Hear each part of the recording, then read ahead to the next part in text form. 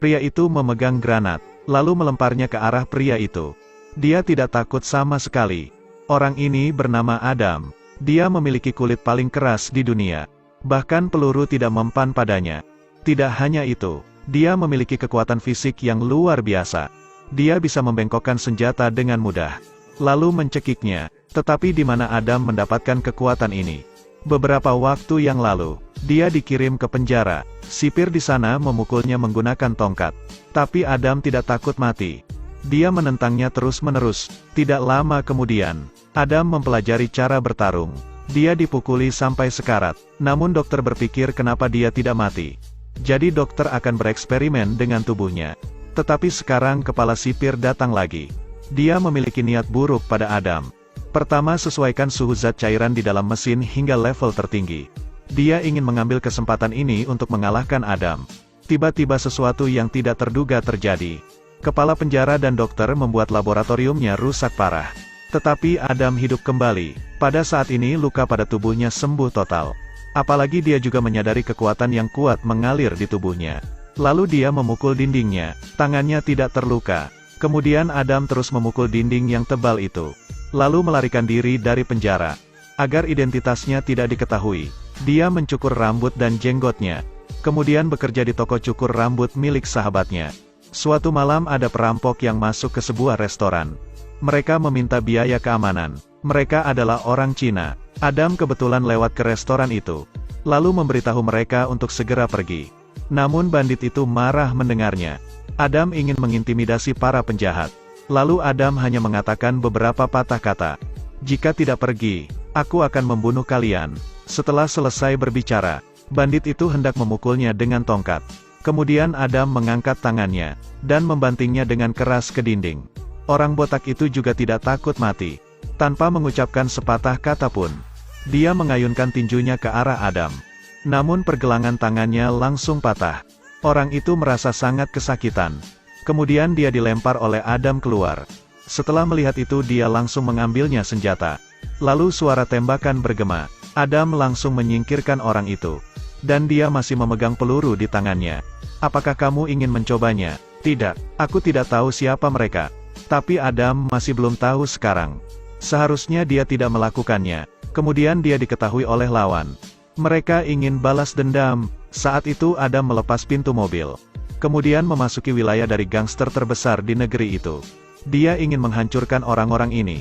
Karena teman terbaiknya telah terbunuh. Kembali ke beberapa hari yang lalu.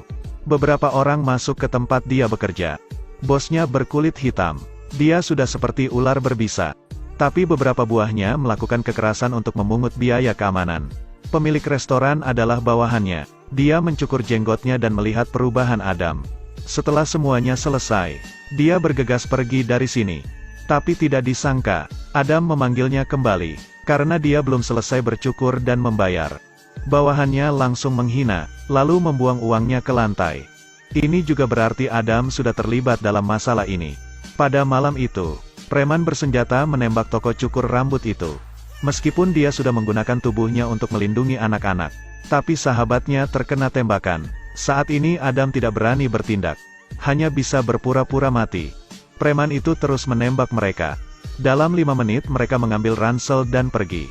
Itu adalah properti akumulasi untuk sahabatnya. Setelah mereka pergi, Adam langsung bangun. Anak itu tidak terluka, tapi John berbaring di lantai tidak berdaya. Adam sangat putus asa, tapi dia tidak bisa melakukan apapun. Pada akhirnya Adam hanya bisa membalas dendam. Kemudian Adam pergi sendirian ke sarang gangster. Dia menekan penjahat itu dengan pintu mobil. Adam tidak punya senjata, tapi dia bisa memukul hingga menembus dinding. Lalu keluarkan pipa baja untuk menyerang para penjahat.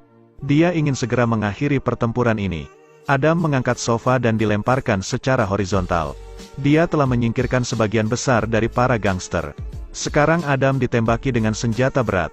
Tapi dia tidak memperdulikannya. Orang itu merasa sangat ketakutan. Adam membuatnya pingsan. Kemudian menendang pintu besi itu. Di dalamnya adalah kubah dari para gangster itu. Adam tak segan-segan untuk mencurinya. Pemimpin tahu lemari besi itu telah dirampok. Dia merasa sangat marah. Jadi dia memutuskan untuk memberi Adam pelajaran. Malam berikutnya Adam makan siang di restoran. Tapi dia tidak tahu bahaya akan segera datang. Pria ini membawa peluncur roket, lalu menembak restoran itu. Orang-orang di sana tidak bisa melarikan diri, dan restoran itu langsung meledak. Semua bangunan mulai runtuh. Orang itu berdiri di atap sambil tertawa. Pemadam kebakaran segera datang ke TKP. Bangunan tersebut telah berubah menjadi tumpukan reruntuhan. Ledakan besar ini menyebabkan semua orang tidak bisa bertahan. Tetapi pada waktu yang tepat, tiba-tiba ada kepalan tangan keluar dari reruntuhan. Ternyata Adam tidak mati. Dia melindungi seorang wanita di reruntuhan itu. Semua orang di tempat kejadian sangat terkejut. Keesokan harinya Adam pergi ke tempat gangster. Bawahannya segera mengepungnya. Salah satu dari mereka mengambil pistol dan menembaknya. Namun tidak menyangka peluru itu memantul lagi ke depan. Mereka tidak bisa menembaknya. Pemimpin gangster pun terkejut melihatnya. Adam memperingatkannya, "Jika kau menggangguku lagi, pertemuan berikutnya aku akan membunuhmu." Dia seorang gangster, tapi setelah diancam seperti itu, sehingga dia menjadi sangat ketakutan. Dia sangat kebingungan, tapi jika tidak mengalahkan Adam, maka dia tidak akan hidup lebih lama lagi. Jadi dia menghabiskan sebagian besar uangnya ke dalam industri berat. Dan itu untuk memesan senjata baru.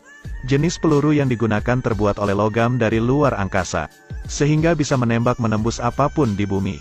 Apalagi pelurunya bisa meledak di dalam tubuh. Setelah bereksperimen, pemimpin sangat menyukai senjatanya. Malam itu Adam sedang berjalan dengan temannya. Kemudian seseorang membidiknya dari kejauhan. Pria ini adalah pembunuh John. Dia ingin mencoba senjata baru. Lalu dia menembak Adam. Dia berdarah, lalu pelurunya meledak lagi di tubuhnya. Adam sangat kesakitan. Untungnya temannya segera menghubungi ambulans. Tapi sebelum pergi jauh, kemudian mereka diserang lagi. Mereka terus mengejarnya. Keduanya segera keluar dan bersembunyi ke samping. Anehnya dia tidak membunuh mereka. Sepertinya dia ingin membunuh Adam secara perlahan. Kemudian mereka menemukan sebuah klinik. Mereka ingin mengandalkan dokter selama bertahun-tahun, lalu mengambil peluru dari dalam tubuh Adam. Tapi pisau bedah tidak bisa menembus tubuhnya. Jadi Adam memutuskan untuk mengeluarkannya sendiri. Alhasil saat dia menggunakan sedikit dari kekuatannya, pisaunya langsung rusak. Jadi dia harus berlatih mengendalikan kekuatannya, dan kemudian memperbaikinya sendiri. Cerita pun berakhir. Terus ikuti Edelweiss Review untuk mendapatkan update cuplikan film berikutnya.